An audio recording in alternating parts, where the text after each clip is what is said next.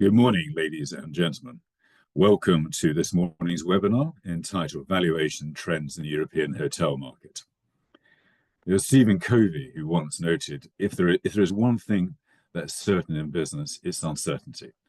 Well, I think 2025 is probably shaping up to show us a year of true uncertainty, disruption, and where traditional norms are being challenged. I suspect there are very few of us who can accurately forecast the next 3 years, let alone 2025. So how is all this impacting on valuations across the European hotel market? On a positive note, many do forecast global GDP growth this year. Europe is forecast to do 1.3% growth, which is up from 0.7% last year. So how is this impacting on investment strategies, and how do European investors feel? If the trade wars and tariff impact over a sustained period, what will be the ramifications? A JP Morgan economist only last week noted that there's a 40% chance of recession in the US. Is this likely? And how will this impact? And how will it make the European investors feel as this carries on? Question mark. Of course, even in the UK, there's a lot of concern as well with the NI increases and tax hikes coming, and you can feel the angst around operators. So much seems to rely on consumer confidence, but consumers are facing no few increases in costs themselves as we hit April. Higher water bills, higher energy costs, higher council tax, and an economy that's not growing. And yet we still want them to spend money. So again, the threats and the opportunities are right around us. Many questions to be considered and answered.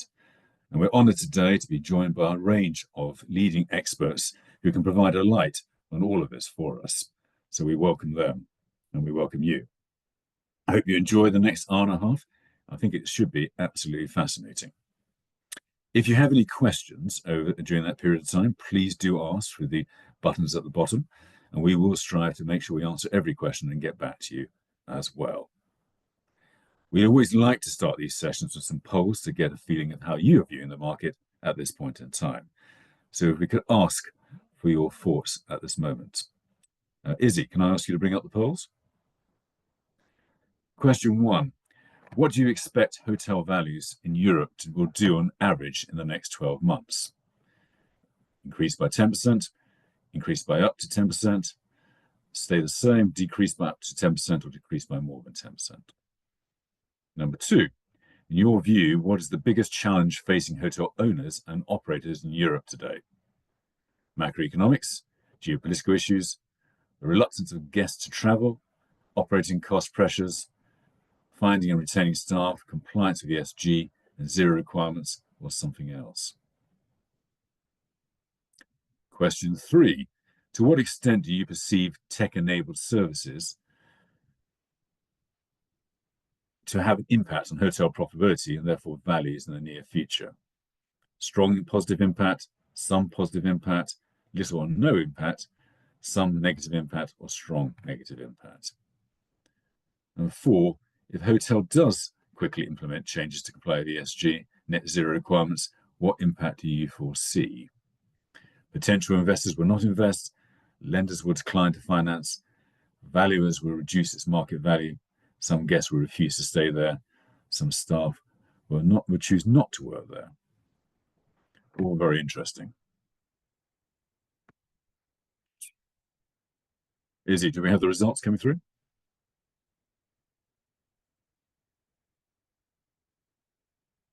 So in question 1, people seem to believe that valuations will stay about the same over the next year, 61%, and 30% see an increase by up to 10%. Yeah, that's interesting. In question 2, in your view, what's the biggest challenge facing hotel operators and owners in Europe today? Macroeconomics, 40%, and operating cost pressure, 46%. I think that's, again, very logical. And finding and retaining staff at 10%. That's becoming a bigger issue all the time. Question 3, to what extent do you perceive tech-enabled services to have an impact on hotel profitability? 61% some positive impact and 18% some positive and strong positive impact. That's kind of a bigger discussion piece as well as we go through this year. And question 4, if a hotel does not implement changes to comply with ESG, How will it impact? 59% potential investors will not invest. Lenders will not, and 68% of lenders will decline to finance. It's really interesting, isn't it? And values will reduce its market value. Thank you so much. I think there's some really interesting indicators there where we sit in this marketplace at this moment in time. So let's see how the next hour and a half goes and the kind of insights we gain. Can I now welcome Sophie Perrett, Managing Director of HVS, to come and join me. Hi, Chris. Good morning, Sophie. Good morning. I wish you well. I'm looking forward to this. Good luck. Thank you. So let me go on and share my screen. There we go. All good. You can see my screen? Fantastic. Good morning, all. Welcome. Delighted to be sharing our findings in terms of value changes in Europe in 2024. My agenda for this presentation today, oops, hold on, wrong screen, there we go. My agenda for today will take us through an overview of transactions in Europe to start with. We will look at investment trends in 2024, what the value changes were in 2024. Sorry, I'm getting ahead of myself. What the values changes are on a per region basis. So we're going to get a little bit more detailed into that valuation trends. And then we're going to take a quick look at what we think is on store for 2025. Quite a task. So we will start with a bit of an overview of transaction volumes in Europe. And here I'm looking back to almost 2 decades of transactions volumes. And as we can see, 2024 was in fact a very good year. Transactions were up some 62% over 2023. I mean, obviously, 2023, as you can see, that was not a great year. It was the second worst year since 2020. And we need to go back quite a bit, more than 10 years actually, to find transaction volumes that were as low as those of 2020. In contrast, 2024 is closer to the volumes of strong years like 2016, 2018, we can see in the graph. And I think it's worth noticing as well that since the pandemic, we've had most years being either close to or surpassing the average level of transactions for those 18 years that we are tracking on this graph. And I think I really kind of wanted to highlight this because I think it's quite remarkable in light of all the headwinds impacting this industry over this period in time. So if we look at 2024 in a little bit more detail, we'll see a number of metrics that I'm presenting here that are all very positive or green positive numbers. If we look at the total volume of transactions, like I mentioned just before, 62% up on 2023, the number of hotels that transacted, the number of rooms up by 54%, 49%, the average price per hotel. The average price per room at 215,000 euros is up 9% on 2023 and is also higher by 5% than the average price per room achieved in 2019. So all those arrows pointing up quite nicely there for a very positive year. Now I want to bring your attention to those 2 points at the top end of the right-hand side of the slide, which show the arrows pointing down, and that would be for inflation, which finally started to come under control, and that was towards the later part of 2023. And on the back of that, central banks were able to start decreasing interest rates. So those are 2 very important arrows coming down that allow all the other arrows as well to come up. And interestingly enough, if I was to show you exactly the same metrics for 2023, you would see that the arrows are all pointing in a different direction. Inflation was still up, interest rates were increasing, and all the metrics in terms of transactional volumes were down. So quite an upbeat image for 2024. And where was the activity in 2024? In this heat map, we can see that the UK is actually by far the most liquid market in 2024. These are total transactions, both volumes and single assets. At 6.2 billion, this is 36% of the total volume of transactions taking place in the UK, and we've estimated that around 2/3 of that total is portfolio related. So that's a very, very consequential number. I'll get a little bit more into the detail of that later on. Second place comes to Spain, which has been very liquid ever since the pandemic. And you can see the total volume there at 2.5 billion, so substantially below that of the UK. France comes third, 2 billion. And then we have Germany, Italy, just over 1 billion each. So very, very stark difference there from the UK to all the other markets.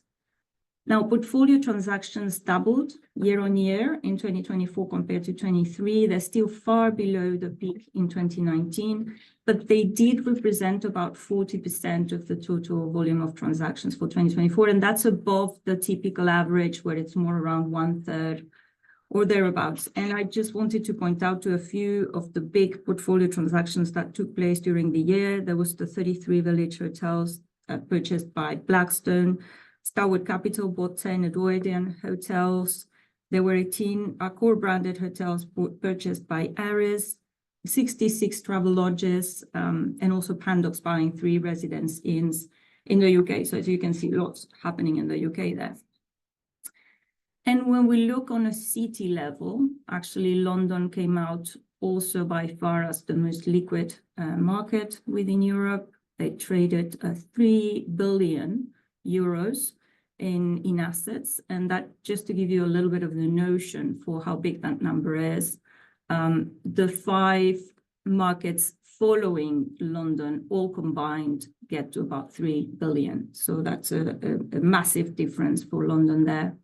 When we're looking at single assets rankings, then Paris comes on top, 1.4 billion. And out of that 1.4, actually, there's 3 big hotel transactions that make the bulk of this, or at around 800 million, at least half of that amount. And we have the Mandarin Oriental in Paris, we have the Hilton Opera and the Pullman Tour Eiffel, those 3 very significant assets.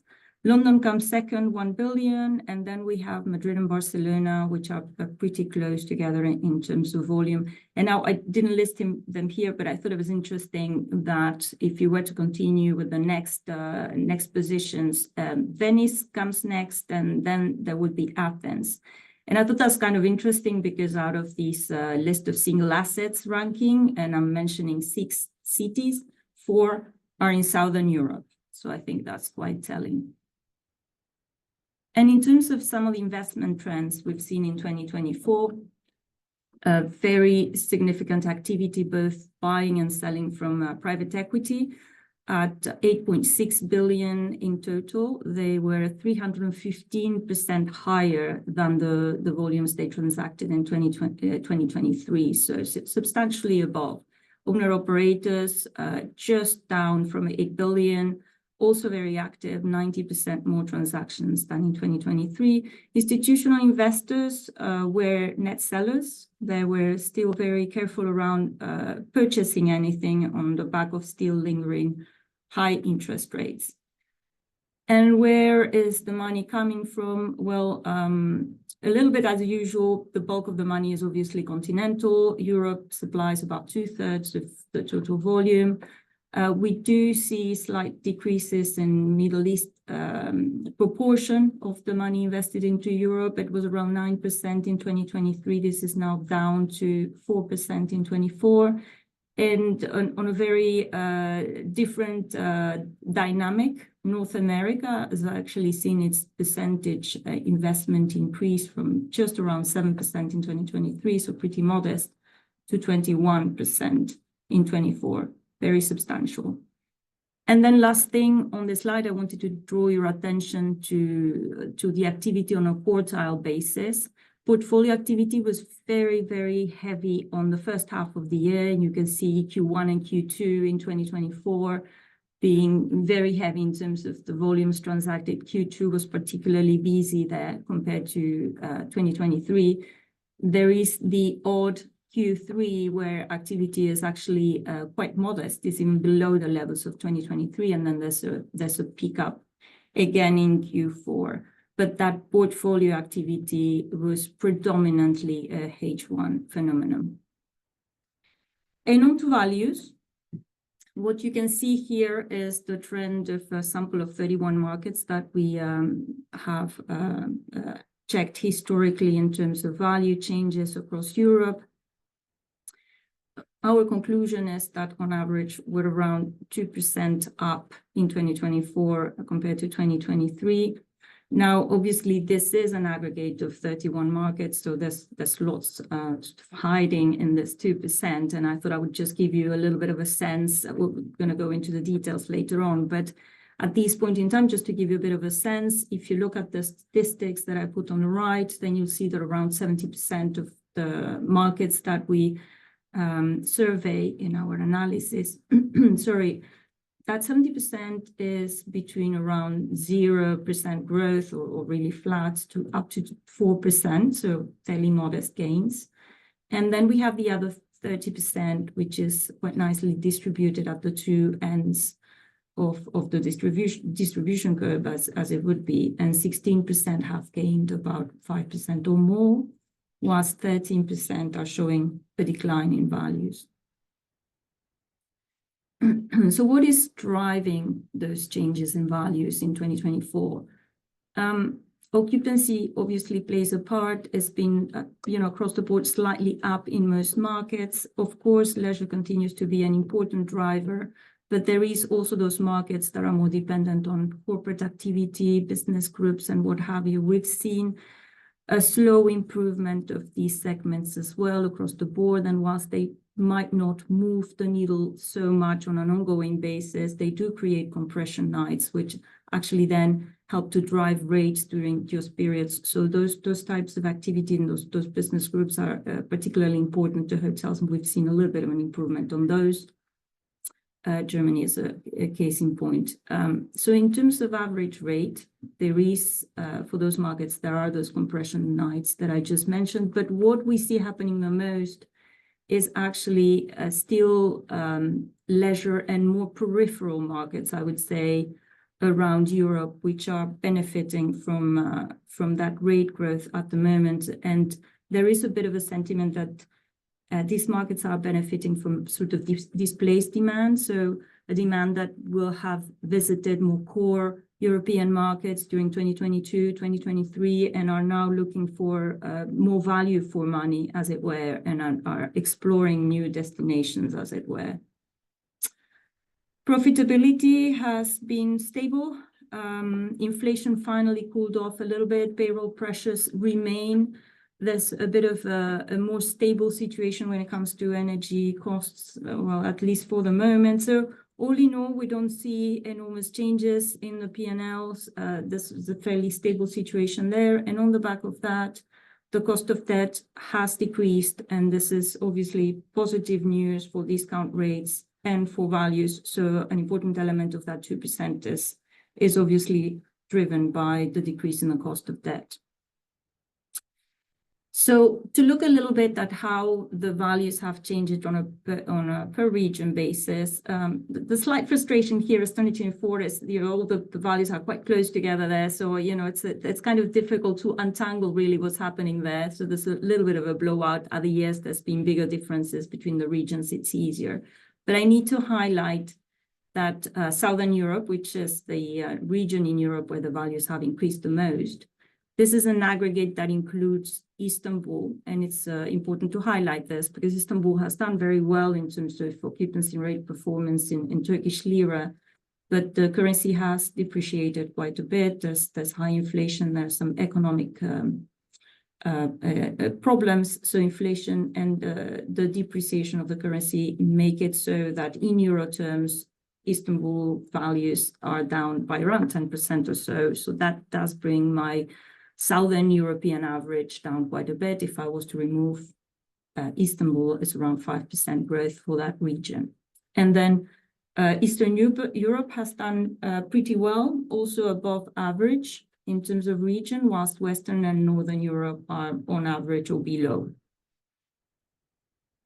And just to give you a little bit more context as to what is driving those differences between those different regions, when it comes to Southern Europe, I mentioned before this very strong momentum in those peripheral markets, as it were. So we have Athens, Lisbon, Madrid. Those markets are really going through an increase in performance, which is very, very strong, double-digit RevPAR growth, etc. there's a strong element of leisure driving that, but also the displaced demand that I mentioned earlier.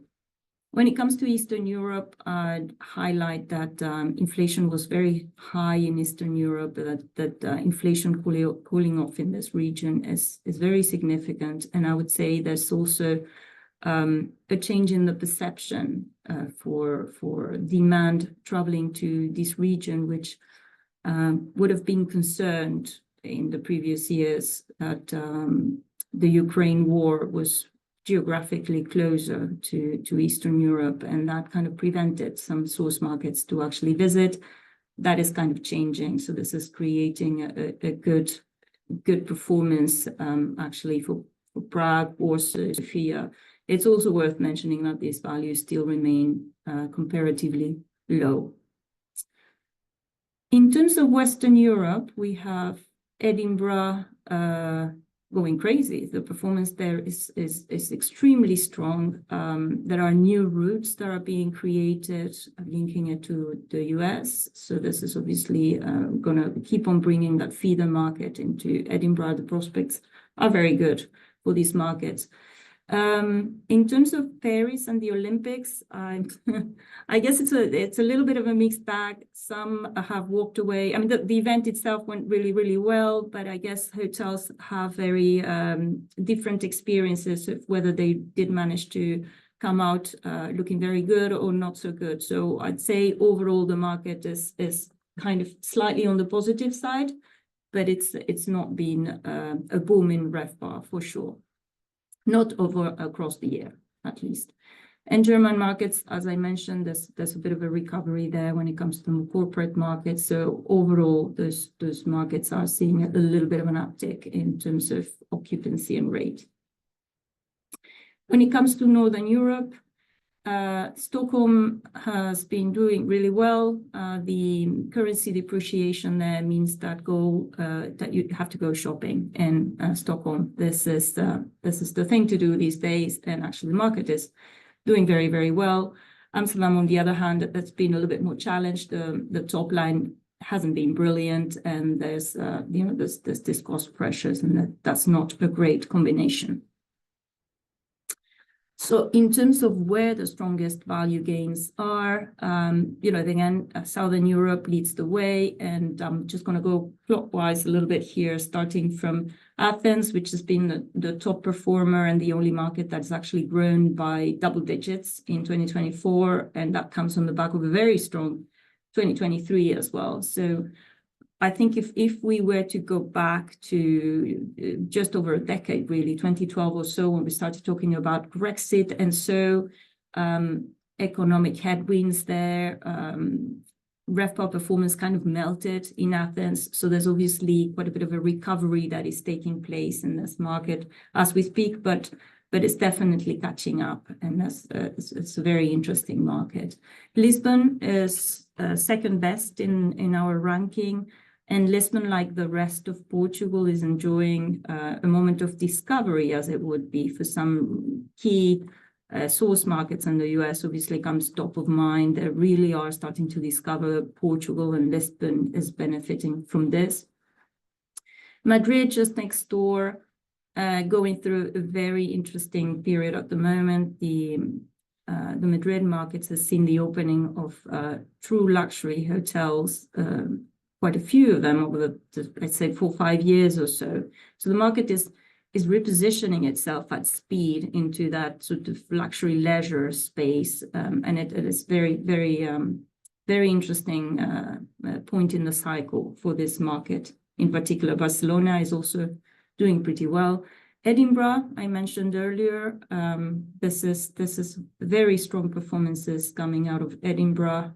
So I think the prospects looking forward are very strong there. I mentioned Germany, where we see a good recovery in terms of RevPAR, both occupancy and rate performances are bringing some of these markets back. I mean, Munich is okay. They have their fair share of leisure. Frankfurt has been a very complicated market ever since the start of the pandemic because of its reliance on corporate demand. So it's good to see that there's a bit of a changing tide there. And then I mentioned Eastern Europe also doing pretty well. Prague, Warsaw, Sofia. Again, we need to highlight where we see it in terms of relative positions from a value per key for these markets.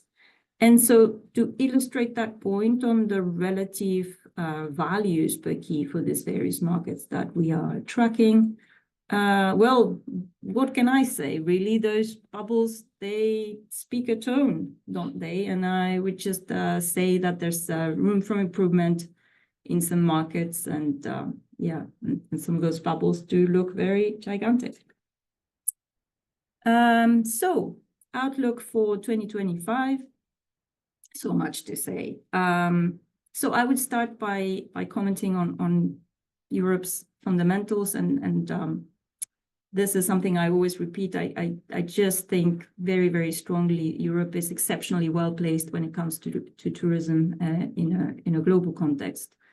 And I think 1 in every 2 tourists that are roaming the world in 2024 kind of thought the same and ended up in Europe at some point in time. 53% of all tourists in Europe, and this is a statistic that is fairly stable across time. The arrivals in 2024, international arrivals, were 5% up for Western Europe on 2023, and they surpassed the 2019 level. So this is definitely great news. And again, I'd highlight Europe's culture, the sightseeing, the history, the gastronomy, incredible infrastructure. I'd say it's a fairly small continent if you look at it, and it's so easy to get from one country to the other. All this are, I think, very positive points that we don't want to lose sight of. On the back of that, I remain positive in terms of RevPAR outlook going forward. I would think that the gradual reversal of working from home policies will be helpful for those markets that have local hotels, depending also on that activity, the footfall around them. Obviously a big unknown is what happens to the US dollar in a very challenging world environment, because we have benefited from a very strong dollar over the last couple of years.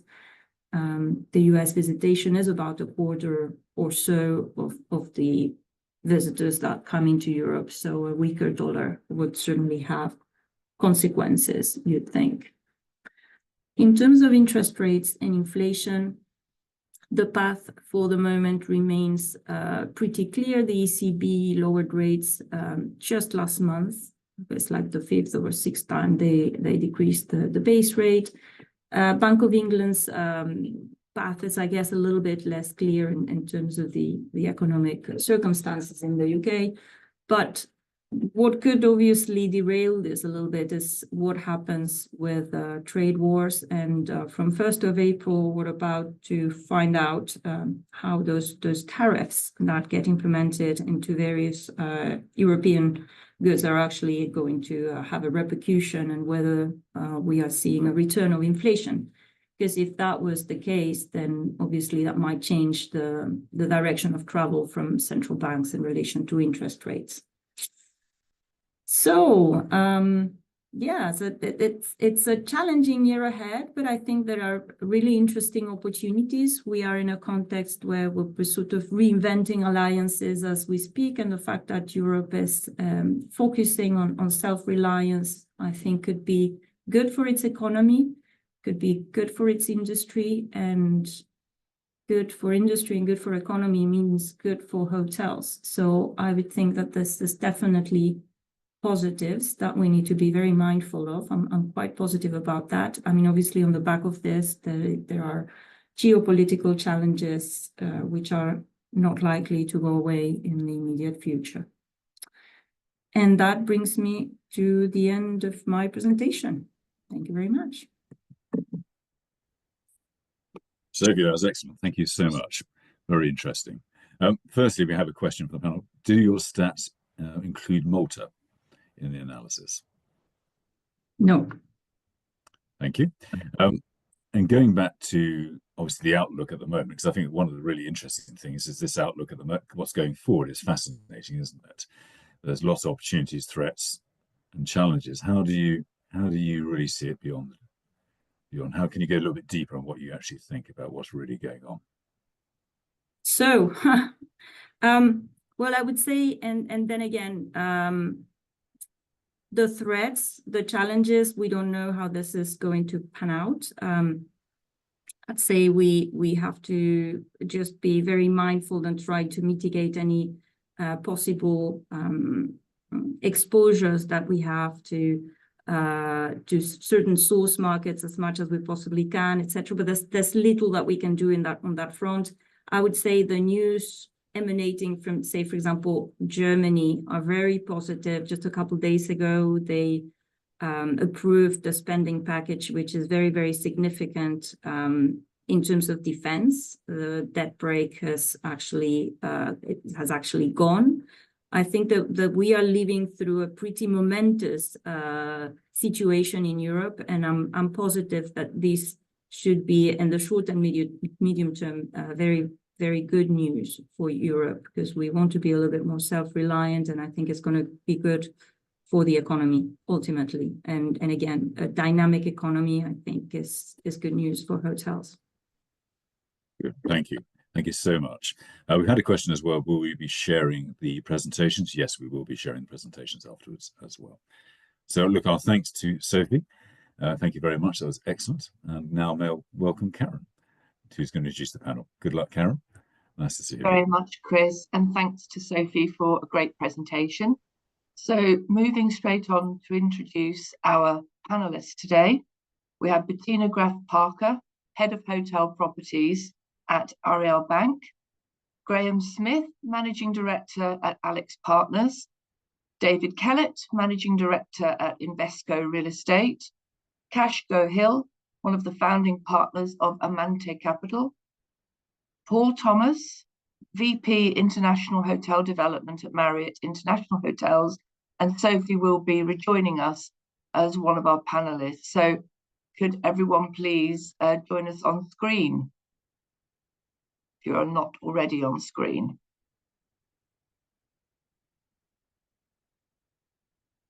Great. I think we're just waiting for Sophie.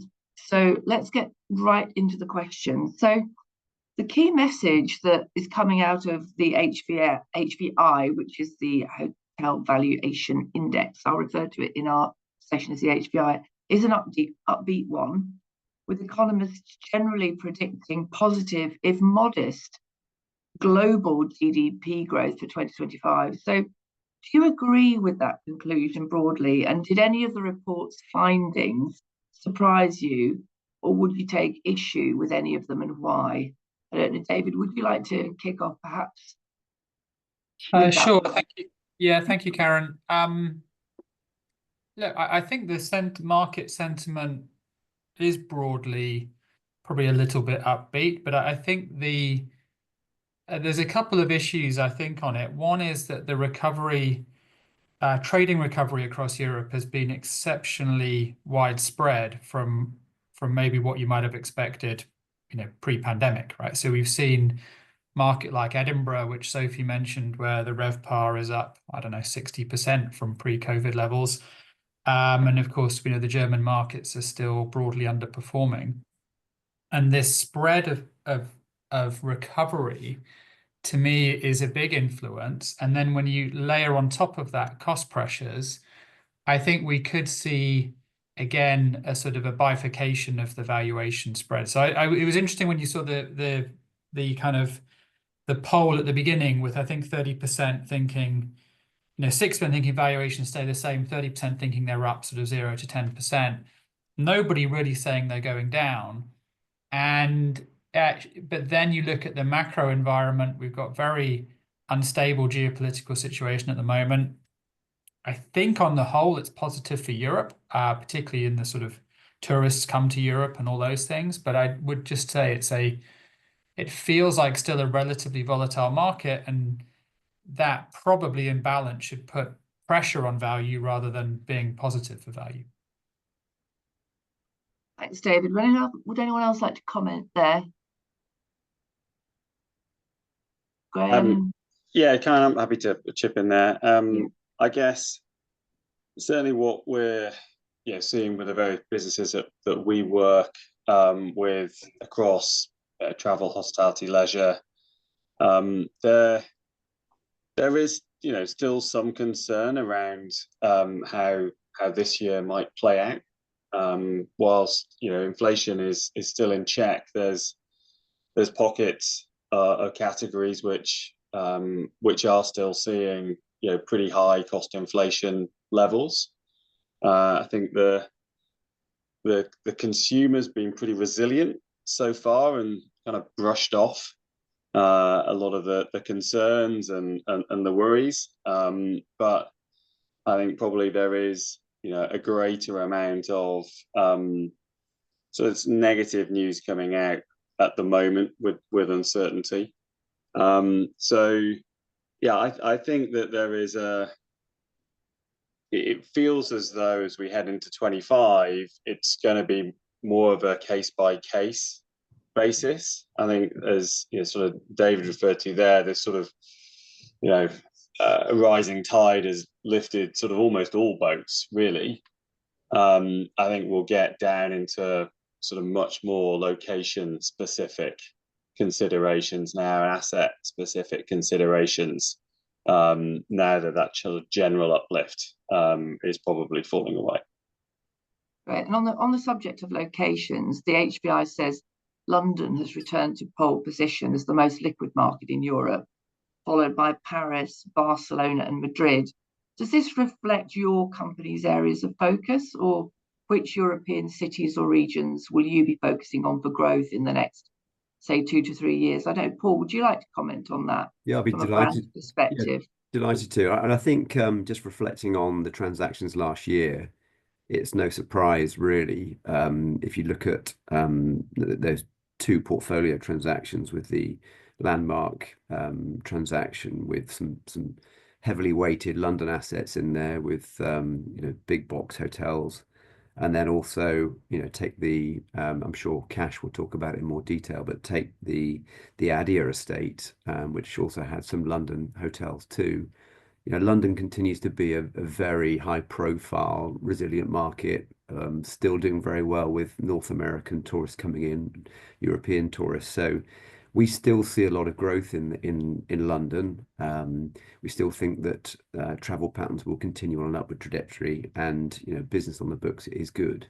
I think from the survey and from the report findings, it's no surprise to us that the Mediterranean markets are still very strong. I think that we've witnessed perhaps a slight cooling off of some of the markets such as Spain, now becoming overpriced. And so I think what you're seeing is funds, buyers chasing assets in markets like Greece and seeing new sources of buyers coming in. So for example, historically you wouldn't have seen some of the large PE firms looking at resorts in those markets, but that's certainly happening now, and there's still value to be gained in those markets. So I think for us, it's still the core markets of Edinburgh, of London, some of the regional gateway cities, and then in particular around the Mediterranean, looking at strong growth in those markets too. Thanks, Paul. So Cash, would you like to come in there? Yeah, no, absolutely. I think just going back to your previous question and how 2025 looks, what Paul mentioned there, I think is an influencing point as well. There's hotels as an asset class have become a lot more attractive to, let's say, a wider audience of institutional money. So there's always going to be there's a question of supply and demand. So while where existing owners are sitting in their cycle of ownership, and there's a lot more, let's say, supply of funds chasing hotel opportunities, I think that's going to keep the transaction levels up and potentially kind of the valuations attractive as well. Again, second kind of Paul, in terms of the gateway cities are always going to be very attractive, the likes of London or Paris or Edinburgh. And I think what the 2 things that investors are always going to look for is kind of diversified demand. They don't want something which is a market which is reliant on, just one aspect, as well as kind of liquidity on the way out. So I think, the strong markets are always going to offer that. I know, David, we were talking about the interesting German market. Would you like to comment on that? Because Germany does seem to be a bit of a challenge for investors at the moment. Yeah, I mean it is tricky for some. I think, I mean, maybe to Kash's point, the market, when you say London and Paris, I mean those are always going to be the most popular cities for inbound investment into Europe. I mean, they're just the biggest, most liquid markets, right? Paris though has underperformed over the long term. Last 10 years, there's probably, I mean, maybe I wouldn't call the Olympics a crisis, but most years they had some form of problem in Paris, which actually has made valuations arguably over the long term. They're still very expensive relative to all the other European markets, but it's not seen the growth in value that some of the other cities have seen. In Germany in particular, look, I think some of those markets are recovering now. So you had a good year for Munich last year, a little bit boosted by some of the concert. Adele was there for ages and everything. So some of them were very micro event driven. Germany's always driven by the trade fairs, and again, that activity is returning, but it's still some way off where it was in the sort of pre-COVID period. So, and you've got political stuff and all sorts. Maybe Bettina can comment more on it, but it's Germany. I think there is a lot of opportunity there. It's just a question of you've got to really pick the assets, right? Yeah, just on that subject of the geopolitical trends, probably a good time to look at that. And the HVI notes inflation levels continuing to abate in Europe. But Sophie, you also highlighted the prospect of tariffs emanating from the USA, possible retributions resulting in global trade wars, etc. So how large do we think the influence of the American customer is on the current performance of the European hotel industry? I think, Bettina, you might like to give us your thoughts on that, please. Yes, thank you. This is a question that I actually have on every hotel that we finance. How much US customers do we have, and how does that compare to pre-COVID? Because, we don't only finance hotels in Europe, but also in Asia and in the US, and we oversee the performance of all of these hotels from here in Europe. So what I see is that the European hotel industry is really outperforming the American hotel industry, particularly in terms of demand. Whilst Europe is growing in terms of demand, and then inflation is sort of a side topic in the revenue growth, in the US, demand is not back to pre-COVID levels, and the exchange rate has a significant impact on the people traveling to Europe. And that should not be underestimated. I mean, Sophie just mentioned Edinburgh and new routes from the US coming in, right? And that all of you, when you travel in Europe to the bigger cities, you see more American tourists than you would have seen prior to COVID. And that is something that causes compression, and that is something that could potentially change with the exchange rate, because it will not only potentially deter American tourists from coming, but it could cause Europeans to travel increasingly to the US again. So it would have a double effect. And we are always hopeful that this demand would by that time be replaced by the Chinese coming back, the Indian customer coming back. But this is something that needs to be monitored with the exchange rate, which is currently changing into the direction that we haven't seen over the last couple of years. So it's a space to be watched. On the other hand, there's articles out there that are saying that, you know, no matter how cheap it is, who wants to go to the US at the moment?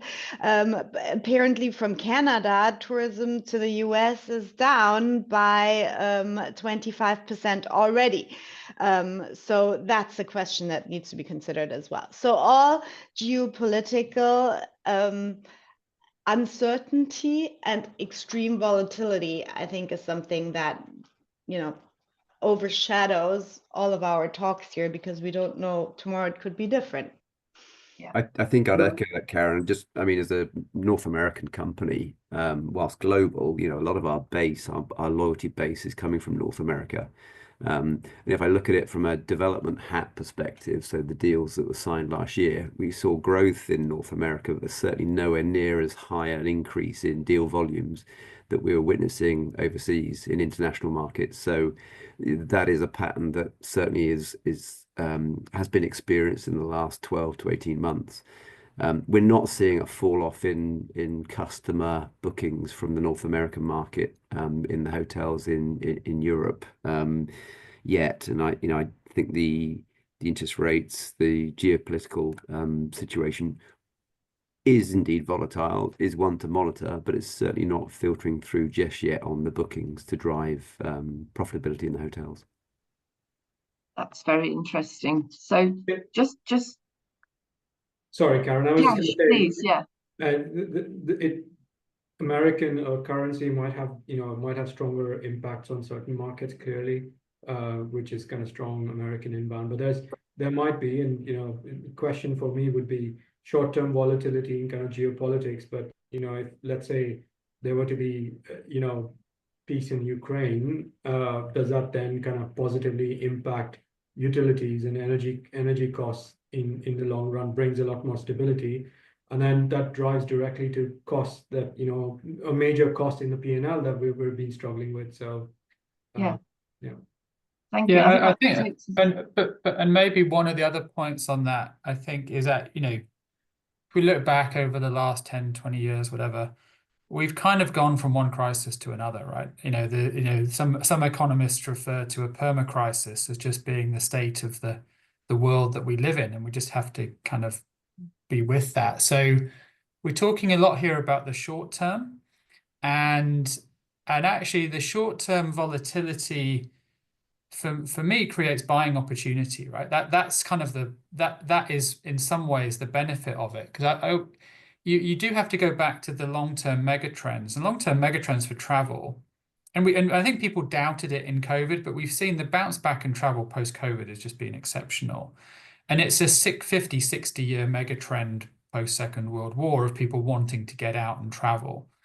And so the short-term geopolitical could be enormous, right? And that sort of goes beyond this call in terms of scope. But you've got to distinguish between short-term noise and long-term fundamentals. And of course, long-term fundamentals are great. Long-term is what should be reflected in the valuation, I think, more of the asset. But it's these short-term impacts which will go to pricing at the moment, right? So it's some of this is a nuance, right, of the but deep down we have a great sector, right, which is in long-term growth, right? But the short-term headwinds that are there, I mean, for me, are almost ones that create individual buying opportunities, potentially maybe temper some of the if you see some kind of things getting overheated, they maybe temper some of that, but that's probably maybe another perspective on it as well. Thanks, David. I just wanted to pick up there on Kash's point about costs. And the index does note the persistent payroll pressures that have seen wage growth above inflation levels across Europe. But it also says that profit levels have been broadly static due to the gradual decrease of utility costs and otherwise generally stable expenses. So do you think the concerns about escalating wage bills have been overestimated, or is this still a concern for business? And is it time to perhaps reimagine the cost base? Yeah, well, maybe if I can pick that up first and then I'll pass it around from here. But I looked at this in Germany a few weeks ago, and just over the last 5 years in the German market, the national minimum wage, which is a good indicator of sort of the cost base for most of the hotels, is up somewhere around 6 to 7% per annum over the last 5 years. RevPAR in Hamburg, which is best performing German market, was up 4% per annum. RevPAR in Munich and Frankfurt was up 1%. So if you run a, I don't know, Holiday Inn or whatever in those markets where you've got a very high proportion of your cost base, and sorry, I didn't mean to pick on Holiday Inn, but it's any mid-scale hotel, it could be a Courtyard, it could be anybody's really. It's you've got a big cost base which is under pressure. That's the biggest part of your P&L is the salary cost. And that does go to the need to reimagine cost bases, and good operators will say, oh, we found some saving, we saved a head count, right? But that's not, you can only do that for so long. It's going to have to be a reimagining, I think, of the cost base. And I think this is where the brands can be really helpful, right? Because the AI and so these big technology changes which require major investment, frankly, that to me is really where the brands can sort of actually lead and give leadership here, because it's got to be a challenge for any owner operator. It's got to be a challenge for any sort of tenant company in a market where this trend, because that's a 5-year trend. That's not a one-off. That's not a 1 year kind of, there was a blip. That's like a long-term trend now. I think that's something that we were discussing, and that's perhaps noticeably absent from the results of Sophie's very informative study, is the impact that brands have on values of hotels. So that it's very difficult to isolate and distill that. But I think there's a noticeable trend, and you can see it with transactions that have happened, such as the Residence Inn hotels in London, where you've taken a relatively unknown brand and plugged the hotels into a global system, and that has driven an increase in top line as well as bottom line, as David says, with benefits of economies of scale and costs. That branding impact isn't evident in the results of Sophie's analysis, but I'm sure there is an underlying improvement in the value of these hotels in the right markets where you attach a brand to them. So just an observation, I think, is trying to identify and distill the impact of what a brand has on hotel values. I think that's a great question. I mean, how big a driver of value is the deal structure, and do you think you pay a premium for the absence or presence of a brand? Cash, what are your thoughts there? We're in dangerous territory, but yes, careful. Be nice, Cash. A lot of what we do is value add, and one of the key levers we have, when you talk about how do you acquire something and transform it, is the brand. So we as Amanti are big believers in brands. So almost 90% of what we would look at would be with a view to kind of involve an international brand, and given all that we're talking about, the cost pressures, etc., one of the key aspects is, bringing in an international brand. The brands are really good at driving top line. So tap into the international markets, which you perhaps don't have access to if you're unbranded or, a brand which is focused on let's say, smaller geography. So big fans of brand. Now, operating structure and contracts clearly has an impact on kind of valuation. And Paul might not like me for saying this, but a management contract is in my view at least, has less liquidity than, let's say, a franchised on an unencumbered asset.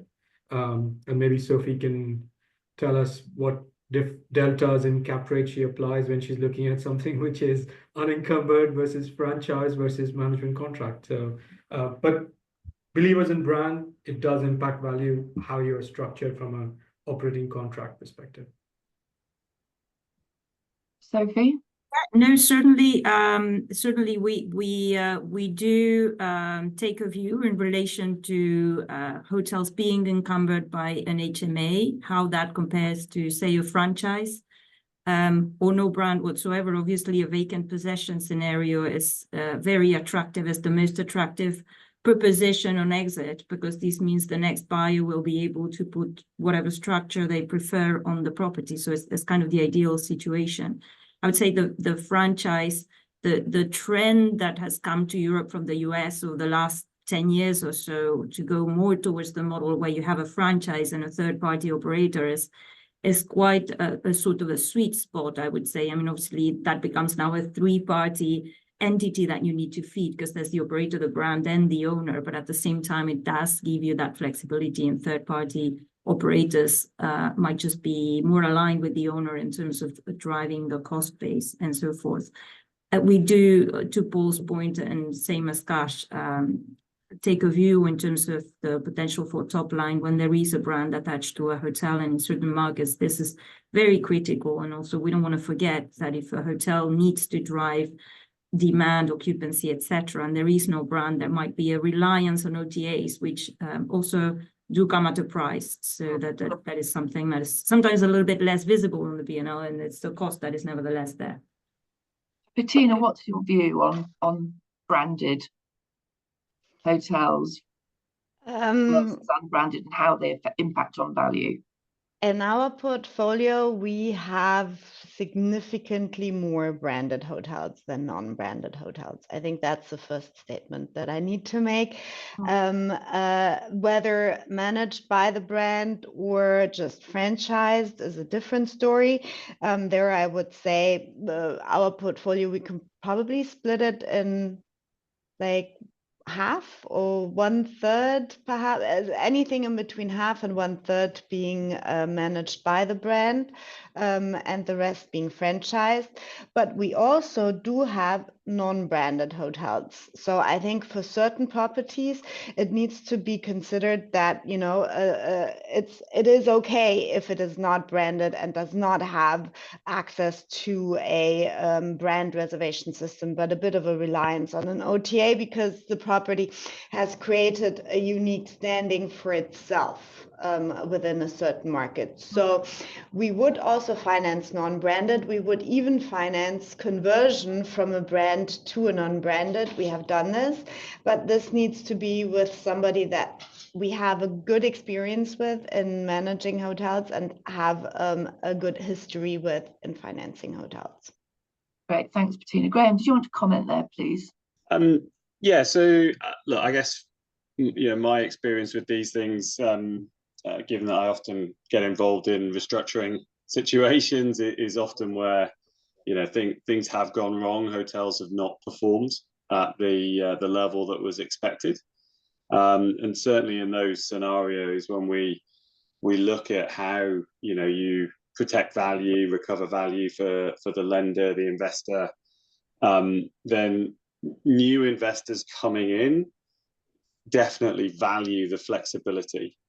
And if something is encumbered with a, you know, very long-term management agreement, which is, you know, sort of highly robust, and, you know, a brand isn't open to modification, then, you know, that really does thin out your investor pool, who's often willing to come in on those situations.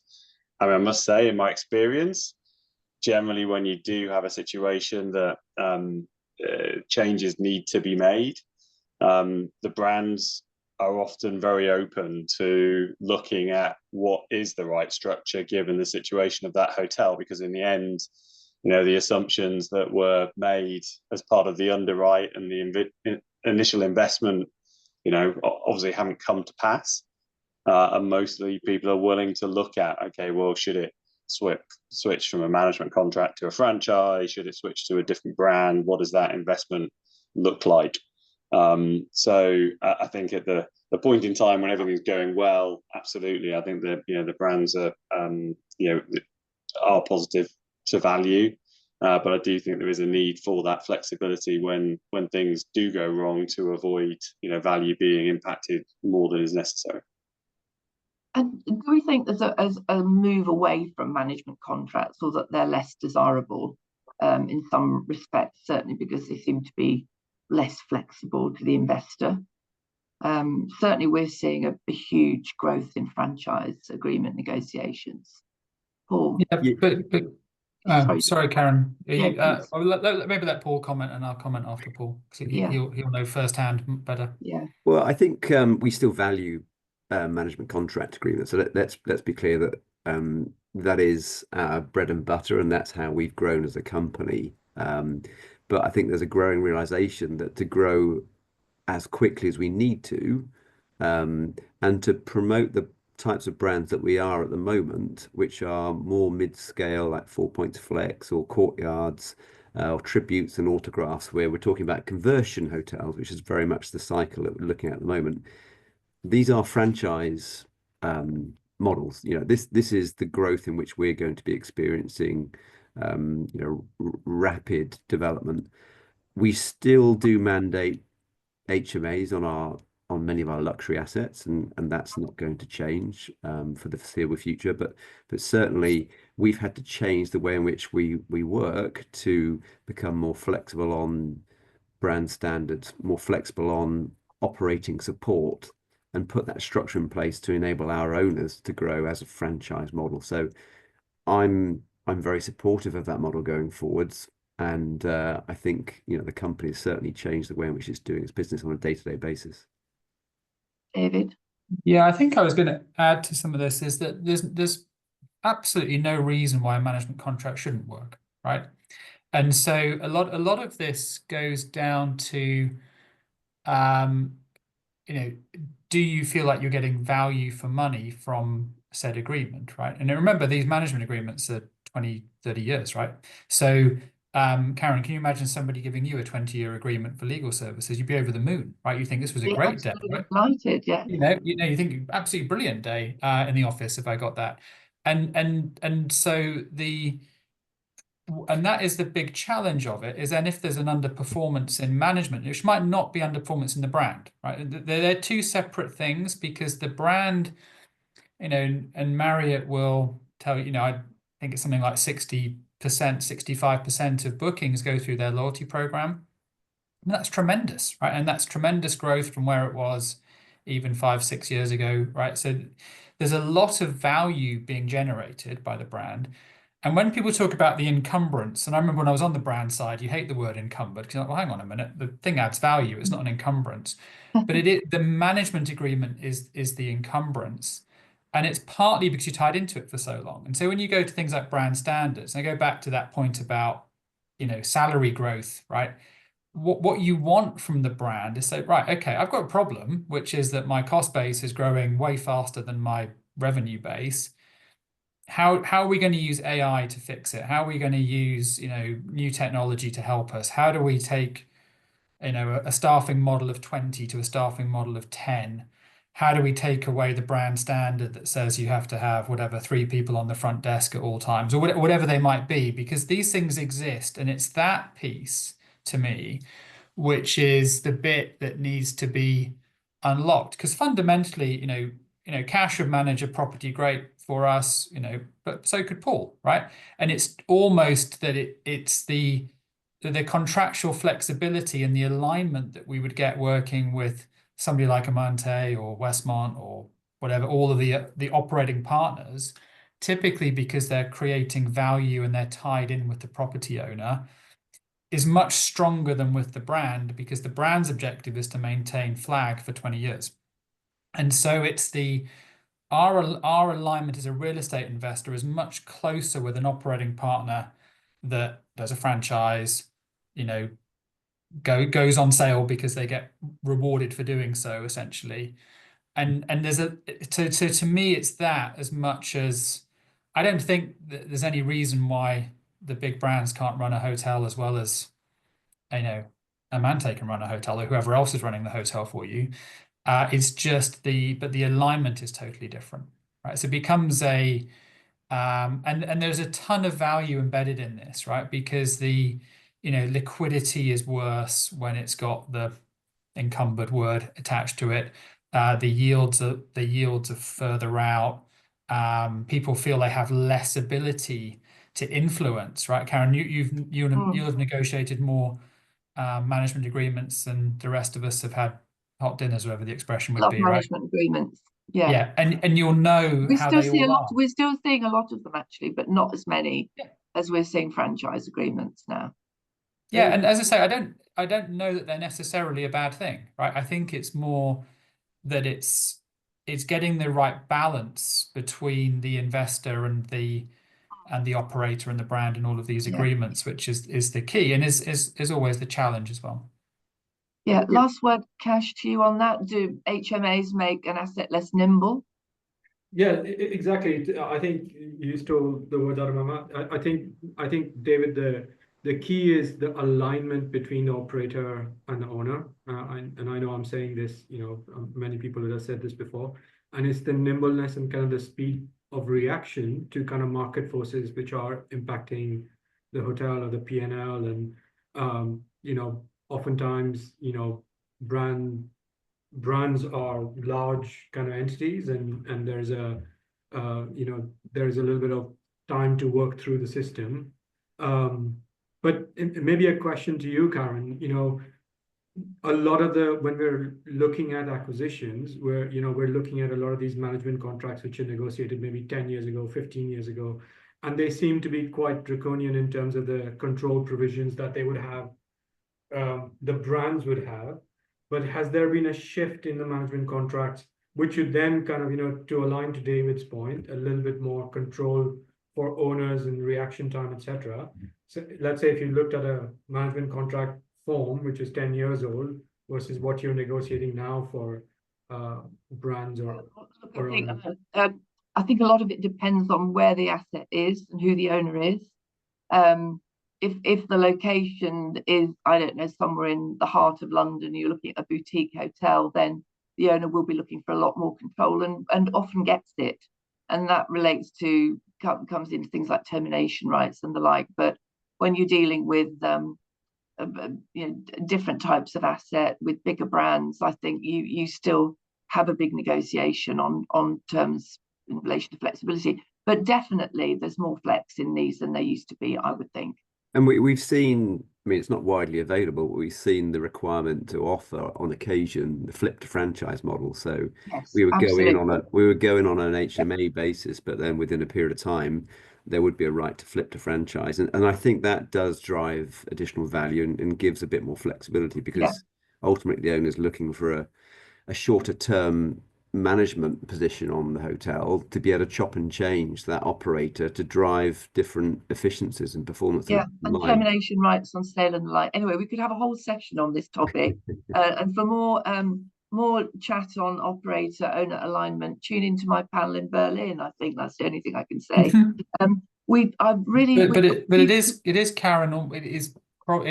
It talk about drivers of value. Obviously, where you put the hotel is obviously like pretty important, but the contract that goes around it becomes the second biggest driver of value in the hotel. So 100%. I know that we've got some questions coming in, and I do want to leave some time for questions at the end here, and we've got a few more to crack through. So I'd like to look now at the M&A market. The index has noted an uptick in M&A activity, with European investors leading the charge. And as Sophie said, North American investors also making a comeback. Perhaps one for you, Graham. Is there still a disconnect, however, between buyer and seller expectations in terms of value? Why is there no volume catch-up? Yeah, so I think there is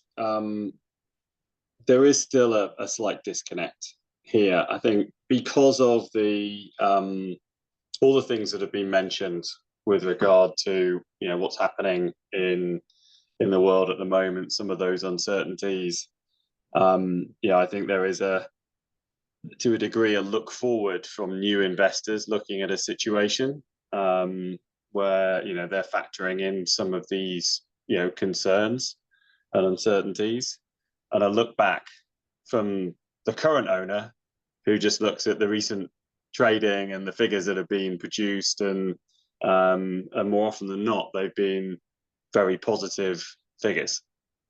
And it's interesting, you know, sort of Dave mentioned that sort of mega trend in travel. You know, we've certainly, you know, been involved in situations recently, and actually more on a lending side. You know, questions have been coming back from credit committees around, well, you know, we've had this post-COVID boom, and you know, everyone's been spending enormous amounts on travel. You know, is that really sustainable, or is that you know, another example of just some catch-up spend from consumers, and we're going to fall back to more normal levels? I mean, I happen to have the personal view that that's not the case, and that this is, you know, the consumers have shown with their behaviour that you know, travel, holidays, and you know, your business is hugely important to them, and they will sort of, you know, protect that against all other things. But I think having, you know, those a little bit of a disconnect on certain of those situations is still creating a bit of bid-ask spread in terms of value. Because I think if that wasn't there, I think we probably would have seen a much bigger increase actually in numbers of transactions. I think the UK, for example, has been, you know, dominated by some, you know, really material portfolio deals that have happened. But are we back to more regular levels of actually numbers of transactions if we move away from those portfolio deals? I'm not quite sure we are yet. So I think there is still a bid-ask spread there. And Cash, are you finding that the competition is for deals is ferocious, or are you managing to get a clear run here and there? I think there is definitely competition. So I wouldn't say that, you know, especially on the and goes back to kind of my, you know, supply of capital point. There is definitely a lot of capital waiting in the sidelines to kind of invest in the asset class, which means on the larger ticket size deals that we look at, I think there is definitely competition. People like scale. It's easier to finance in some ways. You know, it's attractive to kind of partner with brands. There's always kind of, you know, value add opportunities on, let's say, larger platform plays. I think where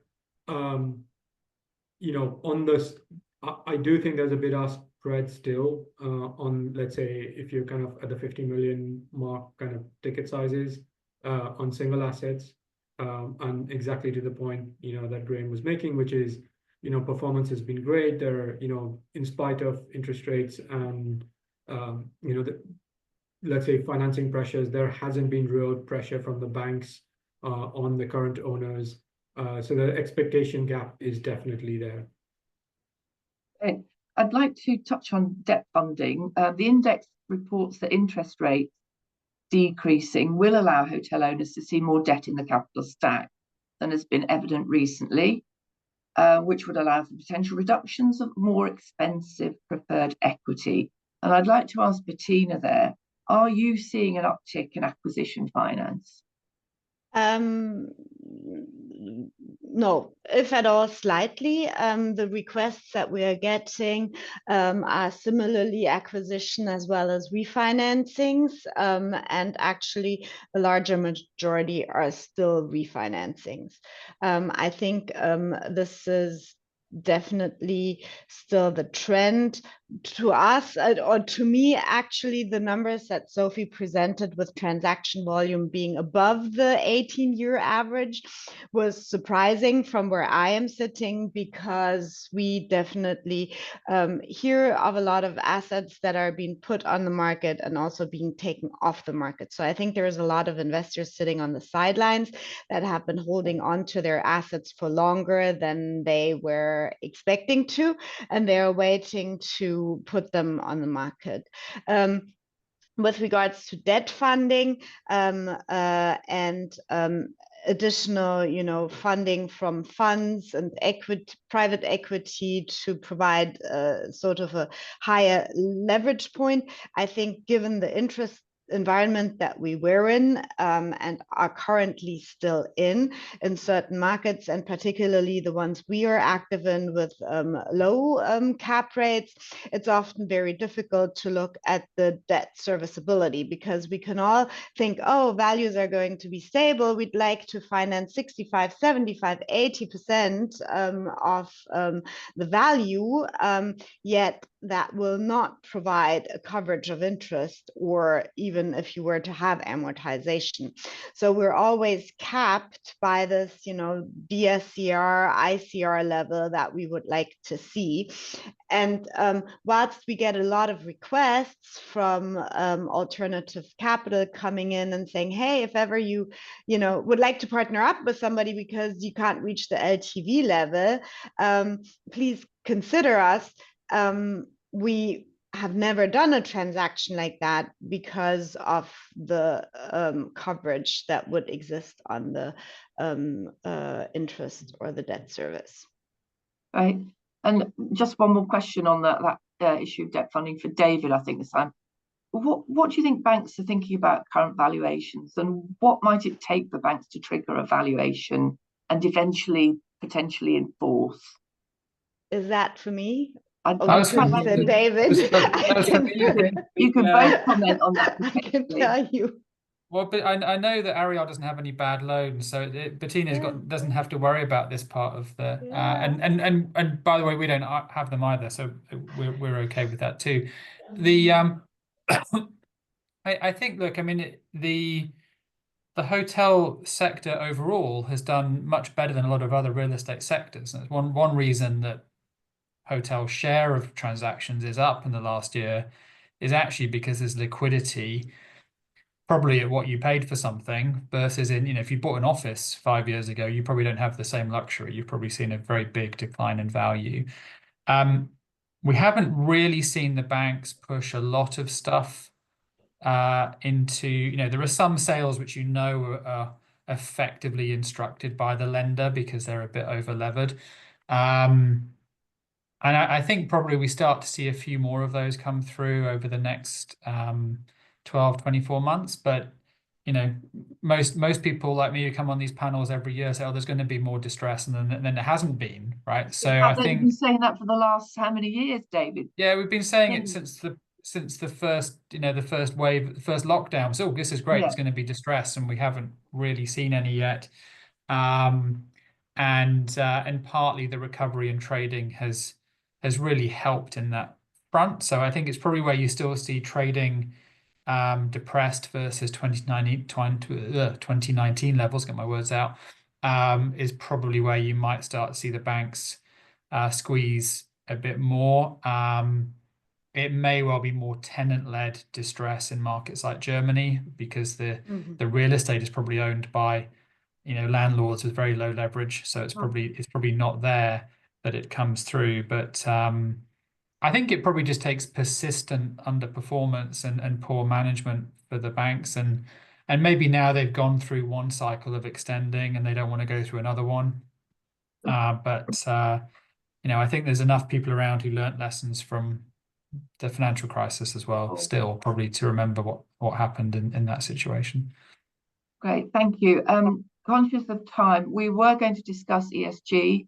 I suggest we do that in the Q&A because we've got a great question on that very subject from Joseph in our audience. So I'd just like to ask each of you in perhaps just one sentence to summarise whether you agree with HVS that on a long-term basis, hotels remain a solid strategy for diversifying core real estate portfolios.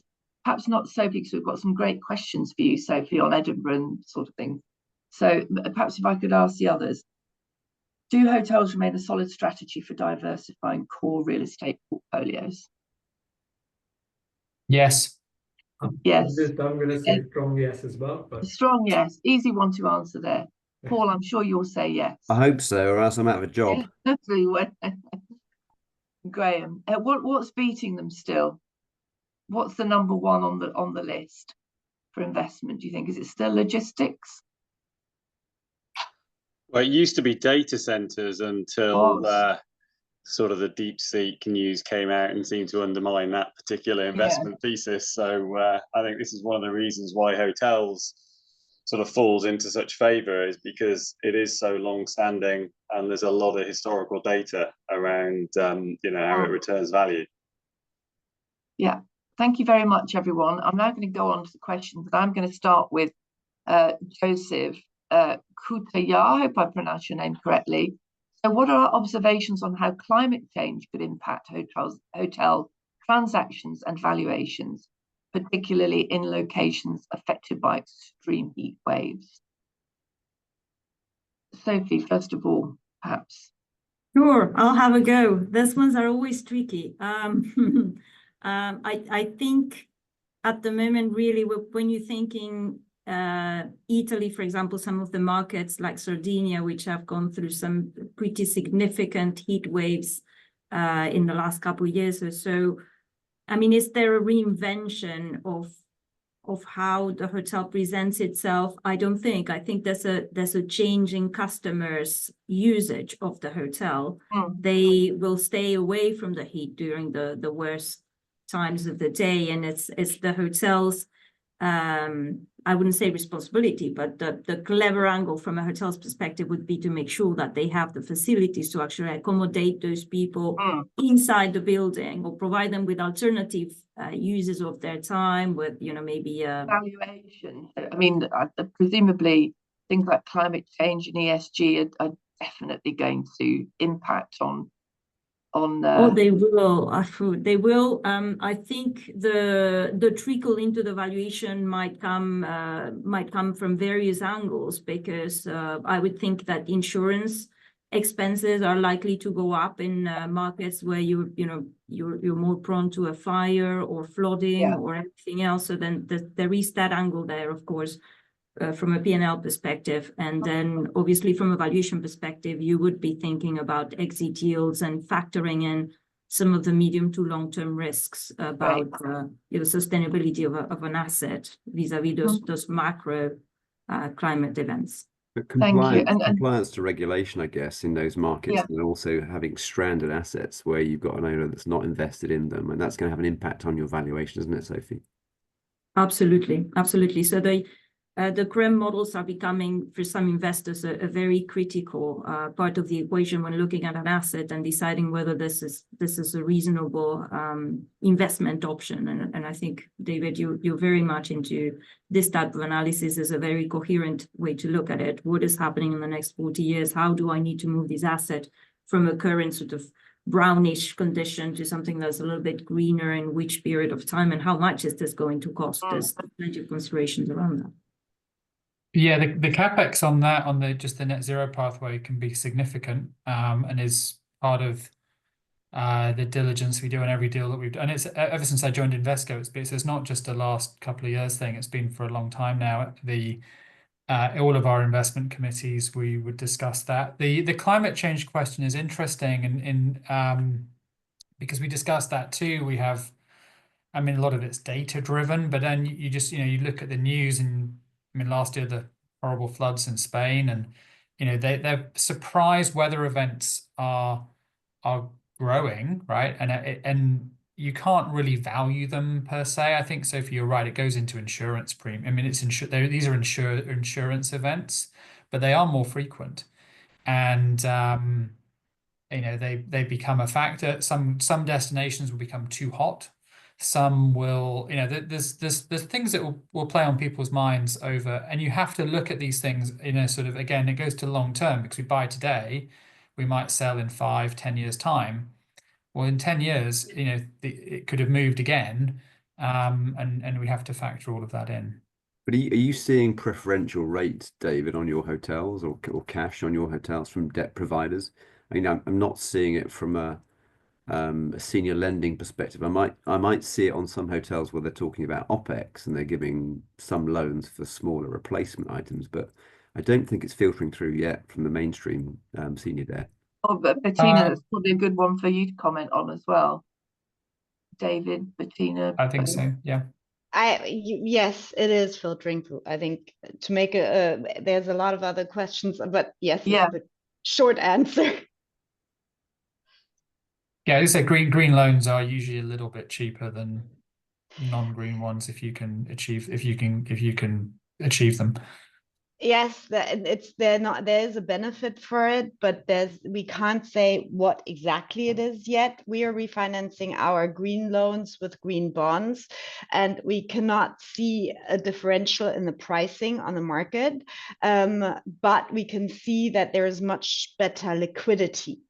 And so for us, it's not necessarily only a pricing issue on the refinancing side, but also the perceived risk that you have in an asset that you finance today and you're going to be in it for 5 years that is not green. So there we would perceive an increased amount of exit risk, and that will be figured more as a, let's say, premium to the pricing rather than a discount.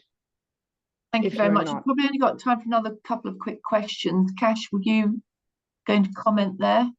Yeah, very quick one. I Yeah. agree with all of this, but there's a, from an operating perspective, implementing ESG strategies doesn't result always in a lower operating cost. Sometimes it goes the other way as well. So, yeah, that's always a consideration as we kind of do that. But it's a defensive thing that everyone needs to kind of do.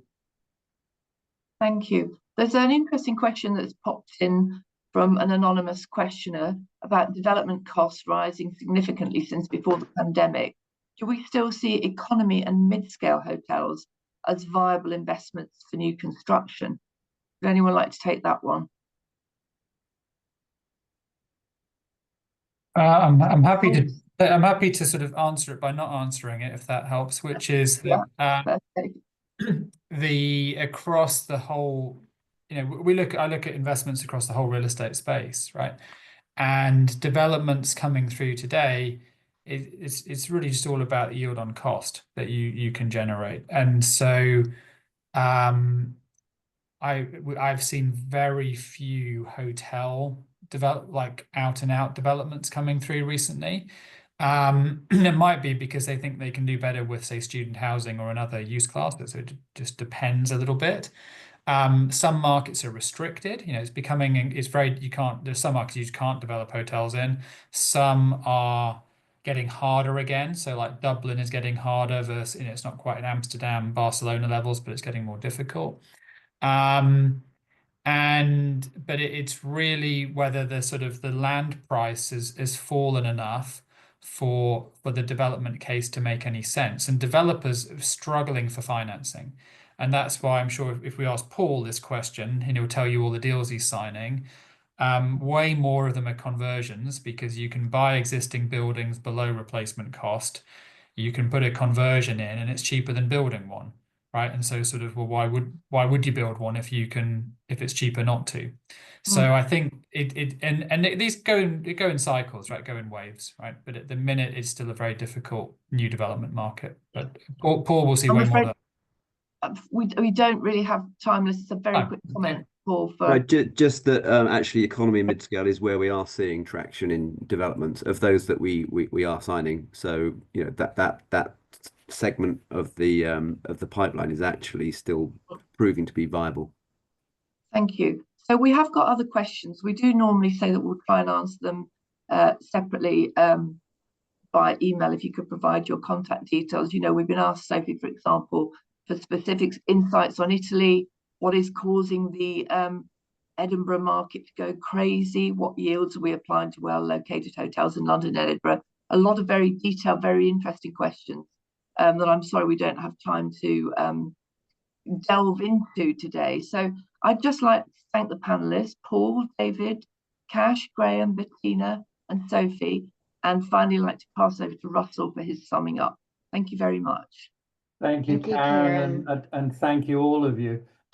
Yes, we will pick up the remaining questions and send out some form of a written response. So please don't worry that your question will remain unanswered, but many of them are to be found in Sophie's publication, and we'll also send out details of how to get access on that. So in summary, and very, very quickly, you polled the response that said values are going to stay the same over the next 12 months.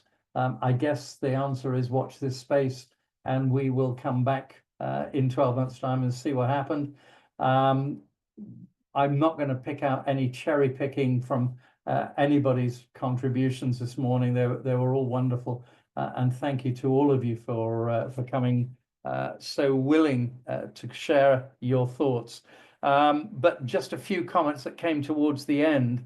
What we learned very much is that brands have resources to invest in AI to drive costs down, and let's see whether they will pick up that challenge. The debt requests, as far as Ariel are concerned, and Bettina, mainly seem to be for refinancings rather than for acquisitions. We'll see whether that changes in the coming year. There are very few distressed hotels come to the market. So again, let's see whether that materially changes in the next 12 months. But above all, I think all of the panel, and as Sophie, our speaker, included, hotels remain a long-term attractive investment. And with that, ladies and gentlemen, I'm going to bring our webinar to a close. Say thank you for being with us and look forward to seeing you on the next occasion. Bye.